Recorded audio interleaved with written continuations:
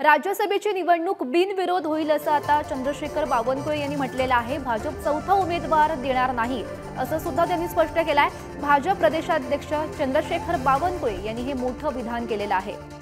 तर महत्त्वाची बातमी आपण सध्या पाहतोय, तर राज्यसभेची निवडणूक बिनविरोध होईल असं चंद्रशेखर बावनकुळे यांनी म्हटलेलं आहे।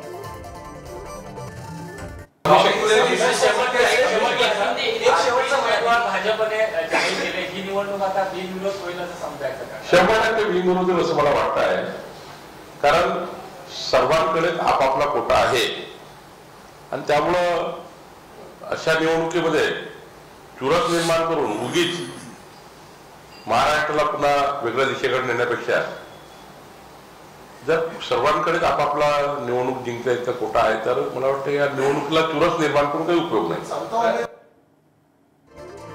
तर या संदर्भात माहिती देत आहेत आमचे प्रतिनिधी ओम देशमुख सध्या आपल्या सोबत आहेत। ओम, आपण नुकतंच पाहिलं की चंद्रशेखर बावनकुळे यांनी म्हटलेलं आहे की राज्यसभेची निवडणूक बिनविरोध होईल असं त्यांनी स्पष्ट केलेलं आहे आणि जर भाजपनं चौथा उमेदवार दिला असता तर ही निवडणूक नेमकी कशी झाली असती?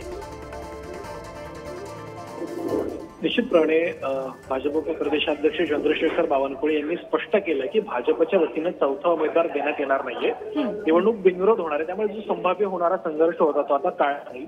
जो प्रश्न तू विचारलास की जर ही निवडणूक बिनविरोध झाली नसती तर निश्चित स्वरूपामध्ये भाजपकडे मतांचा कोटा चौथ्या जागेसाठी जो कमी पडत होता, पर्यायाने महायुतीला या मतांची बेगमी करावी लागली असते। त्यासाठी जो एक कयास बांधला जातो की अशोक चव्हाणांच्या पाठोपाठ 14 आमदार असे आहेत जे काँग्रेसमधून राजीनामा देऊन भाजपकडे येऊ शकतात। त्या 14 आमदारांचा राजीनामा झाला असता तर निश्चित स्वरूपात जे मतांचा कोटा आहे तो कमी झाला असता आणि त्या कोट्याच्या माध्यमातून चौथा उमेदवार निवडून येण्याचे प्रयत्न भाजपच्या वतीने करण्यात आले असते। मात्र हे सगळं अस्थिरता टाळण्यासाठी आणि तशाही प्रकारे विधानसभेची मुदत आणखी काही महिने आहे, 6 महिन्यांपेक्षा अधिकचा कालावधी, त्यामुळे कुठेतरी ती राजकीय अस्थिरता टाळण्यासाठी हा प्रयत्न भाजपच्या वतीने करण्यात आलाय असं सध्या तरी समजतंय। त्यामुळे बिनविरोध निवडणूक होणार हे निश्चित। तर चंद्रशेखर बावनकुळे यांच्याकडून हे मोठं वक्तव्य सध्या समोर येत आहे। धन्यवाद ओम दिलेल्या माहितीसाठी।